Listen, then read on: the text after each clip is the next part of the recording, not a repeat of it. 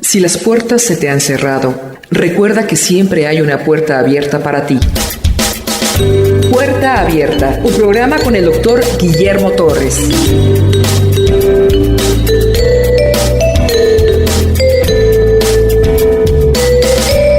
Éxodo 25, Moisés sube 2 veces al Sinaí y allí se está 40 días 2 veces.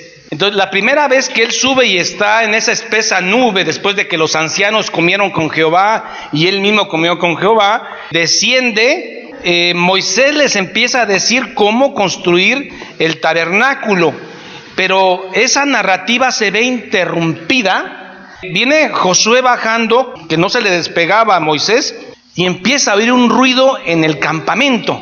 Y entonces Josué dice, Moisés, oigo un ruido como de guerra. Y Moisés dice, yo no escucho ese ruido como guerra, yo escucho un ruido como de fiesta, ¿no? Moisés baja y cuando ve al pueblo entregado en una fiesta de alcohol, de sexo y bailando alrededor de un becerro de oro, él era un hombre muy tranquilo, era un hombre celoso de Dios. Y ve al pueblo con tales características, dice, no es merecedor de esto. Toma las 2 tablas de piedra y las arroja y las rompe. Va y confronta a su hermano Aarón. Le dice, ¿qué te hizo este pueblo para que le hagas tanto daño? Y vemos cómo Aarón se acobarda bastante, Dice, mira, pues tú sabes cómo es este pueblo de necio y de duro y de cabezón. Y me dijeron, haznos dioses porque ese Moisés ya se murió. Y entonces todas las mujeres nos dieron sus aretes que le habían quitado a las mujeres de Egipto.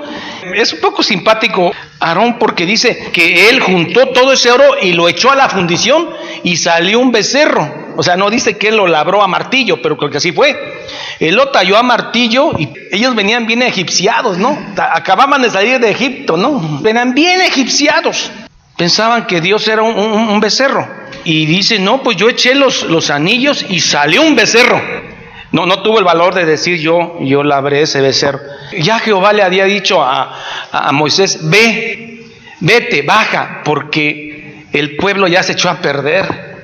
Moisés se ve obligado a subir otros 40 días con 40 años, ahora en ayuno, para ver e interceder por el pueblo. Dice, a ver si Dios quiere perdonarlos, porque esto que acaban de hacer es terrible. Voy a interceder a ver qué dice Dios. La Biblia dice de que Moisés, antes de subir, se va al tabernáculo. Y no se confunda, porque todavía el tabernáculo de Moisés no había sido edificado. Era una tienda. Moisés hizo una tienda y la sacó del campamento. Y ahí se reunía con Jehová antes de que se construyera el tabernáculo. Moisés, muy desilusionado, va y se mete a esa tienda, no es el tabernáculo. Y ahí la presencia de Jehová le dice, sube al Sinaí y alízate otras 2 piedras, porque voy a perdonar a este pueblo. Aunque mi presencia no irá con ustedes, mandaré a mi ángel, que finalmente es el mismo Dios. Pero Moisés no lo sabía. Eso no le gusta a Moisés. Entonces Moisés sube por segunda vez al monte Sinaí y empieza a interceder por su pueblo. Moisés dice, si quieres, Señor, bórrame, ráeme del libro, pero perdona al pueblo. Qué interesante, ¿no? Así era Moisés. Por eso Dios lo quería de una manera tan especial. Dios conoce a los que son suyos. Jesús lo dijo más adelante, las ovejas me conocen y yo las conozco y ellas me siguen. En la Biblia viene eso, yo conozco tu nombre, Moisés. Cuando leí eso me quedé impactado, hermanos, porque a mí no me interesa que aquí me conozcan. Yo me interesa, hermano, que el Señor conozca mi nombre, como conocí el de Moisés. Moisés dice, si quieres ráeme de tu libro, Señor, pero perdona al pueblo. Y dice, no, raeré al que peque contra mí. O sea, no va a pagar a inocente por pecador. Raeré al que peque contra mí. Y Dios le promete ahí a Moisés, y vas a ver al menos mi espalda. En Éxodo 34, Jehová pasa delante de Moisés y él se tira boca abajo y adoró. ¿Qué es esto, hermano, de que Moisés ve la espalda, ve los lomos de Jehová? ¿Cómo está eso? O sea que Dios sí tiene espalda. O sea que Dios sí tiene rostro. Dice la Biblia que Dios es espíritu. Entonces, cuando alguien ve a Dios en el Antiguo Testamento, como hemos estado viendo varias veces que hasta comieron con Él, es tener un conocimiento más profundo de Él, conocerlo de la manera que ningún otro humano lo ha conocido. Y esa es la forma en que Jehová hablaba como un amigo, cara a cara con Moisés. Pero no quiere decir que Dios tenga cara, porque Dios es espíritu. Pero habla de un conocimiento íntimo. En Éxodo 34, Jehová pasa delante de Moisés y este se tira boca abajo y adoró. Verso 6 del Éxodo 34. Y ahí mismo le dice una advertencia contra la idolatría. Miren, a partir de ese momento, una vez que se construye el tabernáculo, ¿qué van a hacer los hebreos, los judíos? Se van a empezar a mover en medio del desierto. ¿Qué tiempo? 40 años. Se van a empezar a mover. Por eso le da en el verso 11, le da una advertencia contra la idolatría, Éxodo 34, 11. Le recuerda que deben guardar el sábado, verso 18. Y dice, 40 días con 40 noches estuvo ahí Moisés en el verso 27. Y Dios le da nuevas tablas escritas por el dedo de Dios, escritas por Dios. No, Moisés no se resignó a no tener la presencia, no quería el ángel, aunque el ángel Jehová es Dios. Pero él dice, yo quiero tu presencia, dice. Sino que van a decir los pueblos de a un lado que nos sacaste si no va tu presencia. Eso le dolía mucho a Moisés. Entonces está bien, están perdonados, pero cuidado con la idolatría. Les voy a dar un lugar donde me van a adorar, un lugar que es una tienda portátil que se llamaba tabernáculo. Moisés empieza a describir el tabernáculo, pero se ve interrumpido por el becerro de oro. Ya cuando Dios los perdona, nuevamente continúa cómo va a hacerse el tabernáculo. El tabernáculo se termina al año de haber salido los judíos de Egipto. Y de ahí vámonos a caminar. El tabernáculo, hermanos, es una tienda portátil más o menos de 45 metros de largo por 22 metros de ancho, medidas aproximadas. Un rectángulo. ¿Y cómo tenía los linderos este rectángulo? Estaban formados por postes de acacia, tirantes de lino fino, y entre poste y entre poste había una mampara de lino fino. Cada poste tenía un capitel muy bonito arriba de plata. La pata era de bronce. Tenía un tirante de lino fino y el gancho para el tirante era de bronce. Y ahí se formaba el atrio, el patio del tabernáculo. Y luego en medio había una tienda del tabernáculo, una tienda propiamente. Esta tienda estaba formada por vigas de madera de 65 centímetros de ancho. Medía aproximadamente 13 metros de largo por 5 de ancho. La tiendita que estaba en el centro, por llamarle así, hermano, y con todo el respeto, en esa tiendita había dos lugares, el lugar santísimo y el lugar santo. ¿Cómo estaba cubierta esa tienda?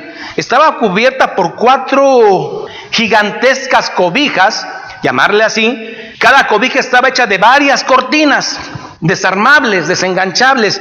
Si pudiese entrar en esa época al lugar santo, que nada más entraban los sacerdotes, de abajo arriba usted podía ver la primera capa y era de lino fino, era blanco. Después seguía una segunda capa que era de carnero, de cabra.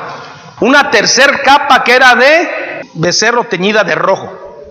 Y la cuarta era de tejón, marsopa. Eran como 4 cobijas, 4 alfombras. Daban la techumbre a esa tiendita. Y esa tiendita estaba dividida por 2, por un velo precioso, en lugar santísimo y en lugar santo. Toda esa madera de la tiendita era cubierta por oro.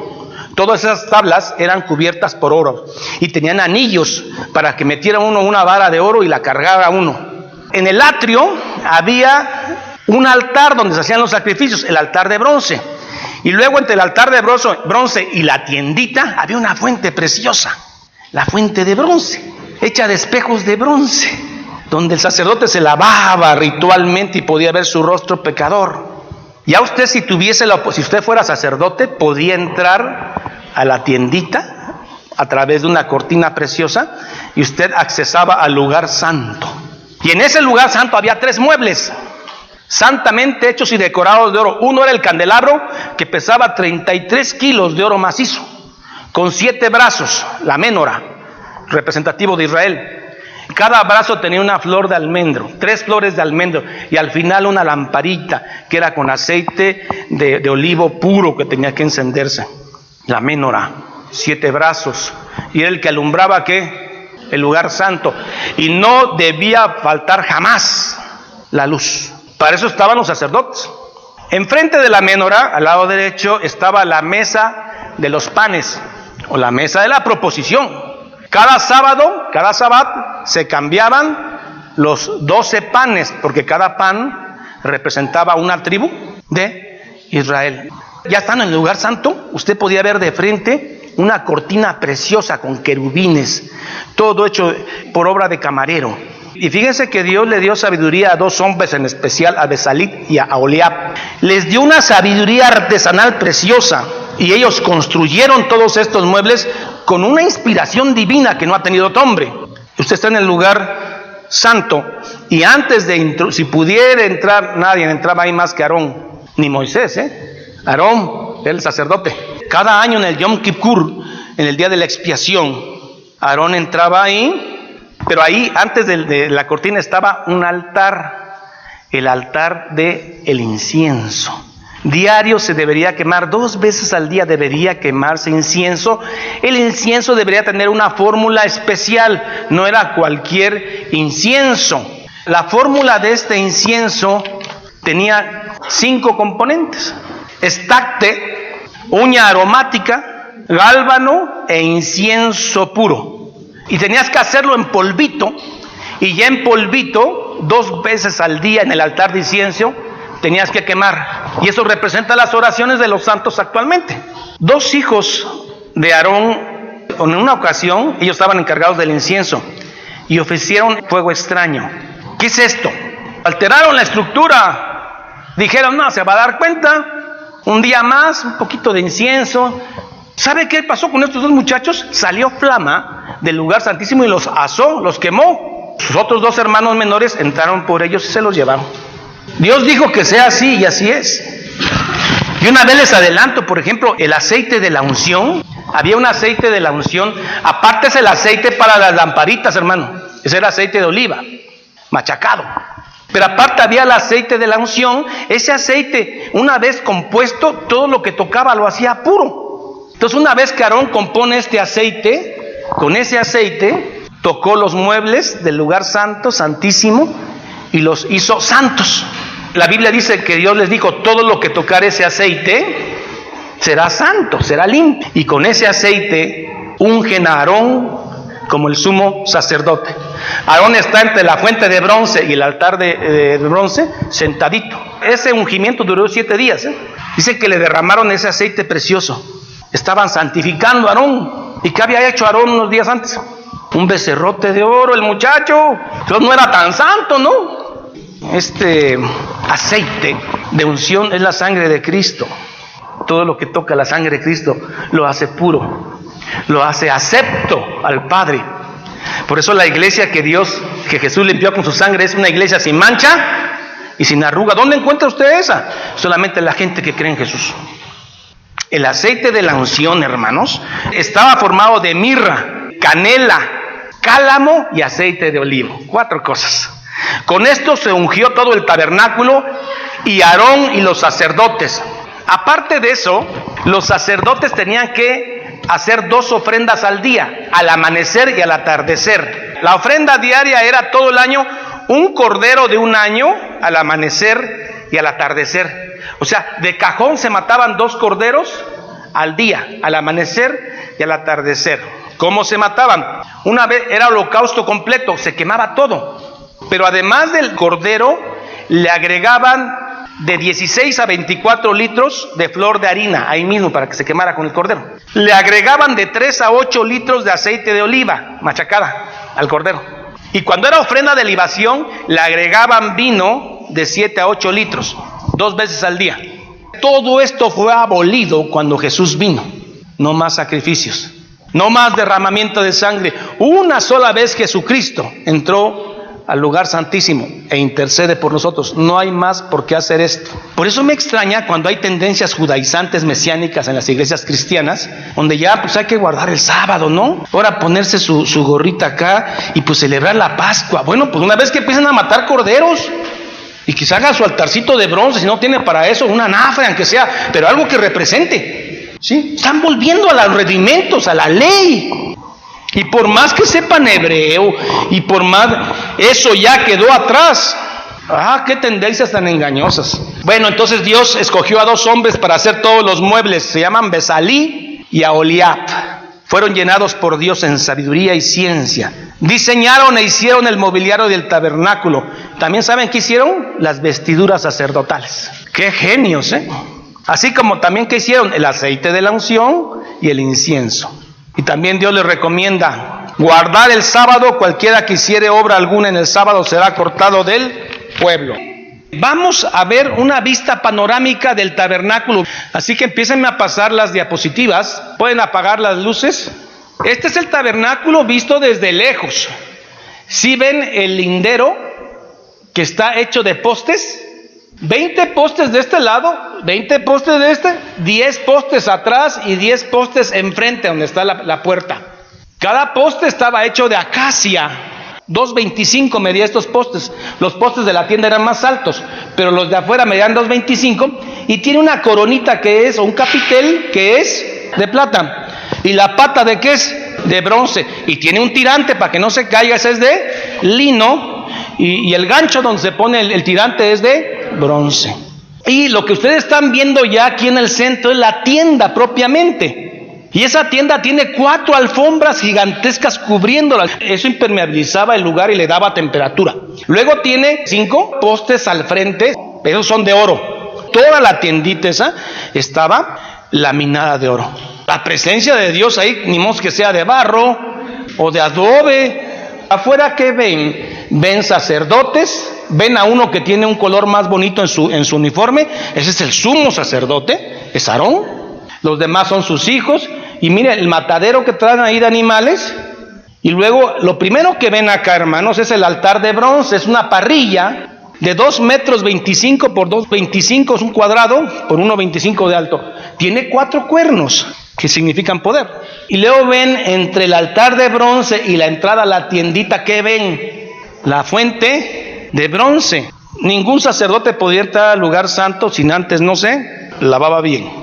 Aparte de ese cordero que se ofrecía en la tarde y en la mañana, aparte tenían que atender a 2 millones de gentes. Si usted tenía algún pecado y quería expiar su pecado, entonces llegaba usted con un carnero o un becerro de 1 año y se lo entregaba al sumo sacerdote y a los. Entonces usted ponía las manos sobre el animal puro, le transfería sus pecados simbólicamente, tomaban la sangre en un vaso y la derramaban en el altar de bronce. Después subían a este animal y cuando era holocausto se quemaba todito. Esta sangre derramada contenía la ira de Dios, o sea, no quedaba satisfecha. Como mataron ese becerro, Dios ya quedó satisfecho. No, la ira de Dios era contenida un poco, pero más que todo ese derramamiento de sangre era para recordarles al pecado de ustedes. Era contener la ira de Dios y recordar que eres pecador. ¿Cuándo quedó la ira de Dios satisfecha por el pecado? Hasta que el Cordero de Dios que quita el pecado del mundo, el Cordero Santo, aquel que no conoció pecado, fue crucificado en la cruz. Y entonces dice la Biblia que la ira de Dios fue satisfecha. Entonces su pecado, ¿qué tiene usted que hacer, hermano? Tiene que hacer una caminata para ir a ver tiene usted que pegarse en la espalda, como me acuerdo de niño una vez metía a una iglesia y se pegaba la gente. ¿Es necesario eso? ¿Qué es necesaria en su vida? La sangre de Cristo, que limpia el pecado del mundo. ¿Qué necesita usted para ser salvo? ¿Obras? No. Conocer la sangre de Cristo y vivir en ella. Vamos a seguir con las diapositivas. ¿Se dan cuenta? Ahora es otra vista. Se ve el tabernáculo, los linderos, se ve la tiendita y sí se ve una nube que sale hacia el cielo y después se expande. Esa nube salía del propiciatorio. Ahorita les voy a decir dónde está el propiciatorio. Aquí hay 2 lugares. Bueno, en este momento los sacerdotes están metiendo por primera vez, o están trasladando, el arca de la alianza, que era como un baúl de acacia, chapeado de oro, forrado de oro. Y arriba tenía una tapa. Esa tapa se llama el propiciatorio. ¿Qué es esa tapa? Esa es una tapa de oro sólido. Y arriba tiene dos querubines, 2 ángeles que se están viendo. Y de en medio de ese espacio es donde sale el Keshiná, la presencia de Dios. Se va hacia arriba y los cubría. En la noche era ¿qué? Fuego para dar calorcito. Y en el día para cubrir del sol. Ahí van metiendo el arca del pacto, el arca de la alianza, al lugar santo, pero esa va a quedar hasta el fondo, que es el lugar santísimo, donde hay una cortina. Esa cortina fue la que se rasgó cuando Jesús murió, ¿se acuerdan? De arriba abajo. Eso implica que uno tiene entrada directa al lugar santísimo. Ya no necesita usted ser un sacerdote. Los que son jefes de familia son sacerdotes en el hogar. Usted necesita a alguien que le enseñe la escritura. Ay, necesito ir a ver al Padre para que interceda por mis pecados. Necesito orarle a la fulana o al sultano para que, como son santos intercesores, ellos van y a ellos sí los escucha Dios. ¿Para qué? Para que interceda por mí. La Biblia jamás dice eso. Dice que solo hay un intercesor, un sumo sacerdote, que ya está en el lugar santísimo, que es Jesucristo. Ahora sí se vale decir, mire hermano, me siento enfermo, entonces yo le voy a pedir que ore por mí. Sí, es correcto. Y 2, 3 hermanos orando porque tengo un dolor y todo esto, hermano, gracias. Eso es todo. Que le echen agua bendita, hermano. ¿No? ¿Dónde viene eso? ¿Sí? O la ceniza aquí en la frente, ¿qué es eso? Estamos en el lugar santo. Al terminar el lugar santo hay una cortina que divide el lugar santo del santísimo. Vea qué muebles hay en el lugar santo. En el lugar santo hay 3 muebles de oro. La menorá o el candelabro con 7 brazos, oro sólido, macizo, hecho a martillo. Nunca debería faltar la luz ahí. Enfrente tiene una mesita, la mesa de los panes o de la proposición. Y luego, casi entrando, insinuándose en la cortina, está un mueble como este, así como este púlpito. 2 codos de altura por 1 de ancho y de profundidad. 45 por 45, 90 de alto, y ahí se quemaba ese incienso que le acabo de dar la fórmula. Allí es donde estos 2 hijos de Aarón ofrecieron fuego extraño y fueron quemados. Ahí está el sumo sacerdote. Ahora está el lugar santísimo. ¿Qué ve ahí? Un baúl con 2 querubines. El baúl es de acacia, pero cubierto de... Ahí solamente podía entrar una vez al año. ¿El sacerdote? No, el sumo sacerdote. Nadie más. Les describo el Yom Kippur muy rápidamente. Día de la expiación, el perdón del pueblo. Se mataba un becerro de 1 año, un cordero, en el altar de bronce afuera. Y ya con la sangre en tazones, ya después de haberse hecho un ritual de limpieza tremenda, ¿no? Se acercaba al altar de incienso y derramaba sangre ahí. También tenía 4 cuernitos el altar de incienso. Ahora sí, con mucho temor, se introducía al lugar santísimo y derramaba la sangre sobre la tabla de la expiación. Y lleno de incienso, el incienso a todo. 20 minutos estaba por ahí este Aarón. Y todo el pueblo, 2 millones de gente viendo qué pasaba. Si Aarón moría era una cosa muy grave. No había sido perdonado el pecado del pueblo. Pero si Aarón salía, la gente gritaba de júbilo. 1 año más nuestro pecado perdonado como pueblo. La vestidura sacerdotal de Aarón tenía unas campanitas. Si él moría, las campanitas dejaban de sonar. Había en el lugar santo 2 que 3 sacerdotes oyendo las campanas. Ahí andaba Aarón adentro. Aarón terminó su sacerdocio. Pero sí hubo gente que cayó. No estaba limpio litúrgicamente. Entonces se veía, si caía muerto, tenía una cuerda en el tobillo. Como nadie podía entrar al lugar santísimo, lo jalaban. Cuando lograba salir, el pecado del pueblo había sido perdonado y la gente, feliz. Esta era la forma en que Dios le agradó que el único pueblo que él eligió en ese tiempo le alabara así y le glorificara. ¿Y quién le dice que no? Veamos las vestiduras de Aarón. Dios diseñó este vestuario. Besalí y Aholai fueron los que lo hacen, pero ahora ya no tiene ningún significado, hermanos. Ahora es la sangre de Cristo. De adentro a afuera, digamos, Aarón está desnudo, vamos a vestirlo. De adentro a afuera, unos calzones como de manga larga, que van de la cintura hasta el tobillo. Calzón de manga larga, apretado, ajustadito. Eran los calzoncillos de Aarón, porque no debía haber desnudez ahí. Calzoncillos. Luego de ahí venía una bata blanca, como el fondo de las mujeres, ¿no? De lino fino. Y las mangas deberían estar ajustadas, no decir manga guanga, manga ajustadita. Después viene una tercer capa, que es un manto azul. Ese manto azul es el que tenía las campanitas. Se ponía el manto azul y había una campanita y una granada tejida. Una campanita y una granada, todo el borde. Entonces cuando Aarón caminaba con el traje de sumo sacerdote, se oía el tintineo. Arriba del manto azul venía una cosa preciosa. Hilo de oro, púrpura, azul, carmesí. Un diseño de camarero precioso. Era el efod, ese era más corto. Precioso. El efod no debería andar suelto, debería estar ceñido bien por el cordón del efod. Viene algo precioso, el pectoral del juicio. Era como un babero, un mandil, tanto al frente como atrás.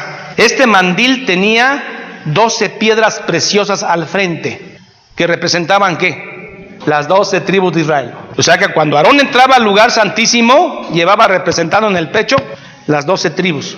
Luego esta pecherita se unía con la de atrás con 2 piedras de onis. Las piedras de onis tenían el nombre de las 12 tribus. Ese efod era como una bolsita y adentro había 2 piedritas, el Urim y Tumim, porque a veces había que consultar a Jehová y a veces el sumo sacerdote no sabía, entonces hacía como una especie de suerte con las 2 piedritas y decía, Dios está diciendo esto. ¿Así le agradó a Dios? Terminamos con la cabeza. La cabeza es de lino fino, es una mitra, es una como cachucha, como la que usa el Papa, pero esto es de lino fino, y estaba amarrada o fijada abajo con una diadema de oro. La diadema de oro decía santidad a Jehová, y ahí quedaba, y ahí termina. Luego también tenía un incenciario, por ejemplo, traía el incienso. Cuando entraba al lugar santísimo también iba con el incienso. Ahí estaba la presencia de Dios y ahí hablaba a Dios y perdonaba el pecado. Precioso la vestidura esta. No se asuste si un día aparezco así, hermano. Regreso al judaísmo. Vamos a volver otra vez a los sacrificios. Y entonces, ¿en dónde quedó la sangre de Cristo? Vámonos a Hebreos a ver qué dice el capítulo 3, del verso 1 al 3. Vamos a ver qué dice de Jesús. Vamos a ver qué pasa en el tiempo de la gracia. Miren, cuando se escribe el libro de Hebreos, todavía existe el templo de Herodes, Todavía están haciendo sacrificios. El templo de Herodes es destruido en el año 70. Este libro es escrito unos años antes y todavía se estaban haciendo sacrificios. ¿Qué dice el del verso 1 al 3 de Hebreos? Por tanto, hermanos santos, participantes del llamamiento celestial, considerar al apóstol, a Jesús, al apóstol y sumo sacerdote de nuestra profesión. ¿Quién es?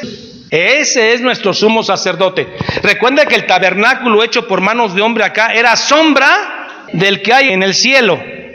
A ver, veamos el capítulo 4 de Hebreos, del verso 14 al 16.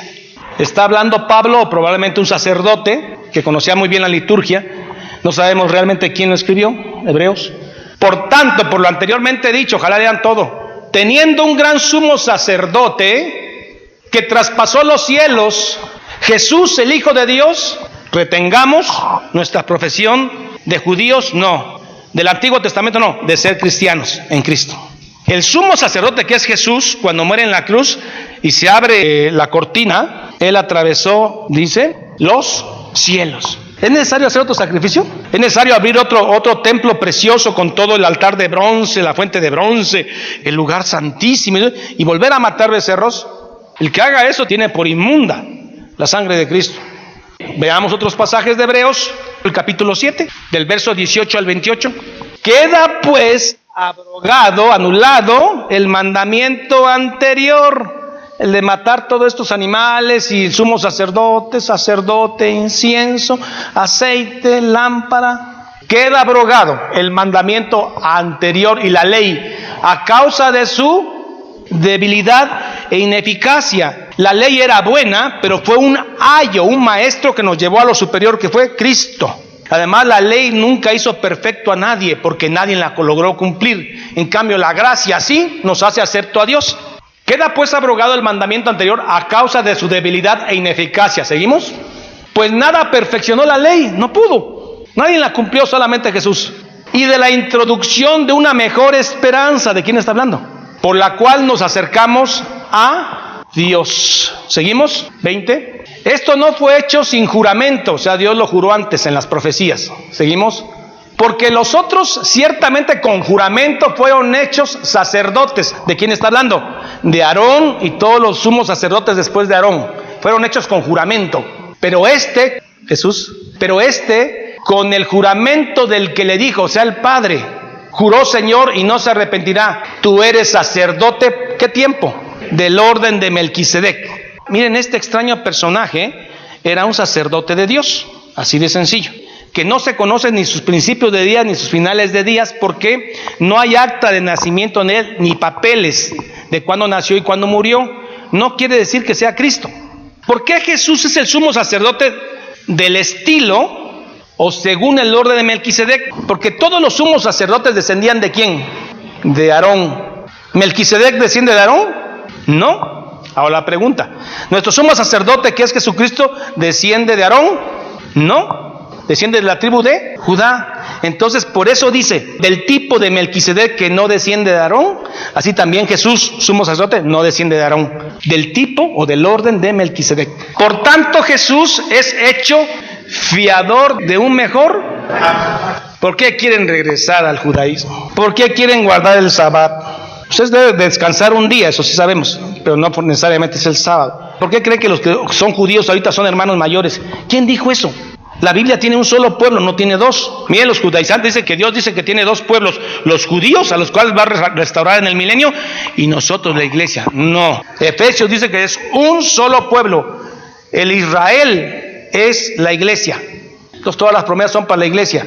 Capítulo 8, verso 1 al 8. Hebreos 8, del verso 1 al 8. Dice, ahora bien, el punto principal de todo lo que venimos diciendo es que tenemos el sumo sacerdote, Cristo, el cual se sentó a la derecha del trono de la majestad en los cielos. ¿Dónde está nuestro sumo sacerdote ahorita? La Biblia dice en Apocalipsis que tenemos un enemigo de nuestras almas, el acusador, dice Pablo, y él nos está acusando diario de nuestros pecados, que hacemos por debilidad, por hierro, y que no queremos pecar para no ofender el nombre de Cristo, pero pecamos. Y entonces el acusador está, mira, ¿ya viste lo que hizo? Fíjate, y dices que es tu hijo. Entonces Jesús, el sumo sacerdote en el lugar santísimo, está intercediendo por nosotros. ¿Por medio de qué? De aceite, de ungüento, por medio de su sangre preciosa, lo que hace puro a lo impuro. Por eso le intercede ante su Padre diciendo, sí, es cierto, es pecador, pero he aquí mi sangre que quita el pecado del mundo. Como eso es cierto, ¿vamos a estar pecando? No, si alguien piensa así, pues no ha entendido. Capítulo 9, verso del 11 al 15. Este hombre, sacerdote o Pablo, sabe que todavía en este momento que se está escribiendo esto, todavía se están haciendo sacrificios, porque el templo de Herodes todavía está de pie. Pero estando ya presente Cristo, ya había sido crucificado, sumo sacerdote de los que bienes venideros, no de estos, por el más amplio y más perfecto tabernáculo. ¿Ya vieron que el tabernáculo que es Jesús es más amplio y más perfecto que el de Moisés?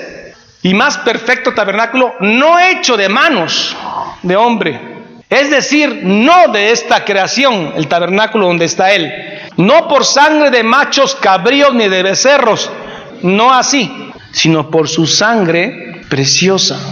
Por eso, hermanos, cuando alguien deja de venir a la iglesia, dice, ya la iglesia es lo mismo. No entendió, no conocía la sangre de Cristo. Vea lo que está diciendo la palabra de Dios. Por la sangre de Cristo, sacrificio perfecto. Entró una vez para siempre al lugar santísimo. ¿Cuándo fue cuando entró al lugar santísimo? Cuando murió, entró una sola vez, no hay que estar metiéndolo a cada rato. ¿Y qué obtuvo ahí? Eterna redención. Por eso Romanos dice, ¿quién nos podrá separar del amor en Cristo Jesús? Angustia, tribulación, desnudez, muerte, ni lo alto, ni lo profundo, ni ninguna cosa creada. A ver, seguimos, 14. Sino habiendo tenido eterna redención, el verso 13. Porque si la sangre de los toros y de los machos cabríos y las cenizas ¿de qué? De becerra rociadas a los inmundos santifican para la purificación de la carne. Miren, o sea que esto no dejaba satisfecho la ira de Dios, sino aplacaba la ira de Dios, como que menguaba, ¿sí? Y le recordaba a los pecadores que eran pecadores. Si eso lo hacía la sangre y la ceniza, ¿cuánto más la sangre de Cristo? Para el que ha creído, Para el que no ha creído, la sangre de Cristo no tiene ningún poder. Es un nombre, es algo bonito, ¿verdad? Que se derramó ahí en un madero. Pero para el que ha creído esto tiene mucho poder, porque sabe que está segura su salvación. Si esas cosas del becerro y la ceniza limpiaban las cosas, ¿qué más no limpiará la sangre de Cristo? El cual mediante el Espíritu Eterno se ofreció a sí mismo, sin mancha. Ahora entiende usted por qué al que no conoció pecado por nosotros hizo pecado. Varón de dolores, experimentado en quebrantos. Se ofreció a sí mismo sin mancha a Dios, para que sirváis al Dios vivo. 15. Así que por eso es mediador del viejo pacto. ¿Por qué quieren regresar al antiguo? Es que me gustan las velitas, hermano, me gustan el cordero pascual, me gusta la vestimenta judía y el gorrito y la barba, qué personalidad da. Y los predicadores mesiánicos que se ven tan santos, están regresando al antiguo pacto. No mucho, pero un poquito, ¿no? ¿Qué tal si respetando el sábado hay más posibilidad de salvarme? ¿Qué tal si empiezo a aprender hebreo? A lo mejor a Dios le gusta más mi oración en hebreo. ¿Qué tal si en lugar de Moisés digo Moshe y eso le gusta más a Dios? ¿Qué tal si en lugar de Jesús, Yeshua? Por eso es mediador de un nuevo pacto, para que interviniendo muerte para la remisión de las transgresiones que había bajo el primer pacto, los amados reciban la promesa de ¿qué?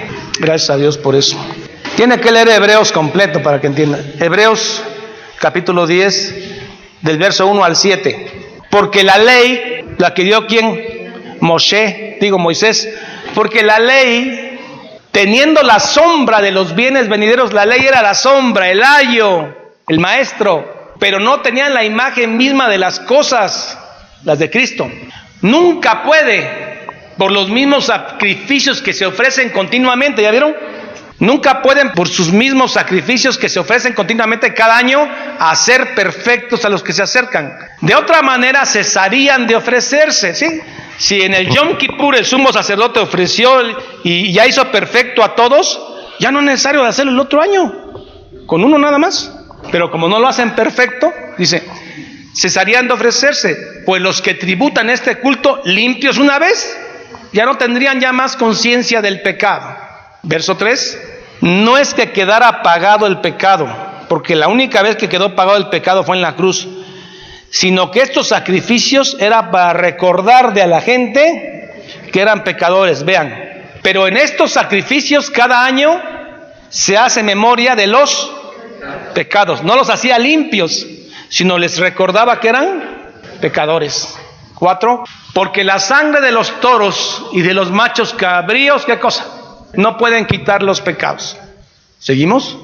Por lo cual entrando en el mundo dice, sacrificio y ofrenda no quisiste. O sea, fue para aguantar, pero para eso le preparó un cuerpo a Cristo. Mas me preparaste cuerpo, habla de Jesús, el cuerpo de Jesús. 10:6. Holocaustos y expiaciones por el pecado no te agradaron, era para aguantar, amortiguar. ¿Seguimos? Entonces dije, he aquí que vengo. El mismo Jesús lo dijo. He aquí que vengo, oh Dios, para hacer tu voluntad, como en el rollo del libro está escrito de mí, el libro de la vida. Desde antes de la formación del mundo ya estaba programado que Jesús tendría cuerpo para morir en la cruz. 10:8, diciendo primero, sacrificio y ofrenda, holocaustos y expiaciones por el pecado no quisiste ni te agradaron, las cuales cosas se ofrecen todavía según la ley. Terminamos con 9. Diciendo luego, he aquí que vengo, oh Dios, para hacer tu voluntad. Quítalo primero, la ley, para establecer esto último, el pacto de la gracia a través de Jesucristo. Y ahora sí el último, 18 al 23, de este mismo capítulo 10. Pues donde hay remisión de estos, no hay más ofrenda por el pecado. ¿Seguimos? Así que hermanos, teniendo libertad para entrar en el lugar santísimo por la sangre, ¿ya ve dónde entramos? Se rasgó el velo de arriba a abajo. Ahora los que creemos en la sangre de Cristo tenemos entrada al lugar santísimo. ¿Por medio de qué? Por eso el pecado no perdonable, el único pecado que Dios no puede perdonar es la blasfemia contra el Espíritu Santo. ¿Qué es esto? No creer que Jesucristo es suficiente con su sangre bendita. Es el único pecado que no es perdonado. Y 19 dice, así que hermanos, teniendo libertad para entrar en el lugar santísimo por la sangre de Cristo, seguimos, por el camino nuevo y vivo que Él nos abrió a través de ¿qué? Ahora ya sabe qué velo se está refiriendo. Esto es, pero el velo era su carne. ¿Cómo fue su carne? Rasgada, y así se abre el velo. 21, y teniendo un gran sacerdote sobre la casa de Dios. 22, acerquémonos pues hipócritamente con corazón sincero. ¿A dónde nos acercamos? En plena certidumbre de fe, purificados los corazones de mala conciencia y renovados los cuerpos con agua pura. La agua que, ¿se acuerdan de la samaritana? Del agua que yo te daré, no volverás a tener sed. Mantengamos firmes sin fluctuar la profesión de nuestra esperanza, porque fiel es el que prometió. Punto, hermano, terminado. Lo que representa el tabernáculo ahora en el Nuevo Testamento era sombra. Así es el tabernáculo, sombra de lo que es el tabernáculo que está en el cielo, donde Jesús está intercediendo por los que son suyos. Nada que ver, y tan precioso que era, ¿no? Todo de oro, los muebles, pero es sombra del que está arriba, hermanos, donde vamos a vivir con Jesús. Póngase de pie. Señor, ayúdame a entender el poder de tu sangre. Señor, ayúdame a ser fiel, porque cada vez que me acerco confiadamente al lugar santísimo, Señor, recibo consolación. Si el óleo de Aarón limpiaba las cosas que tocaba, cuánto más no será tu sangre bendita que nos limpia del pecado del mundo. Gracias por derramarla en esa cruz. Gracias porque intercedes cada día por mi pecado ante el Padre. Gracias porque trabajas por una iglesia sin mancha, sin arruga, que solo va a ser justificada por tu sangre.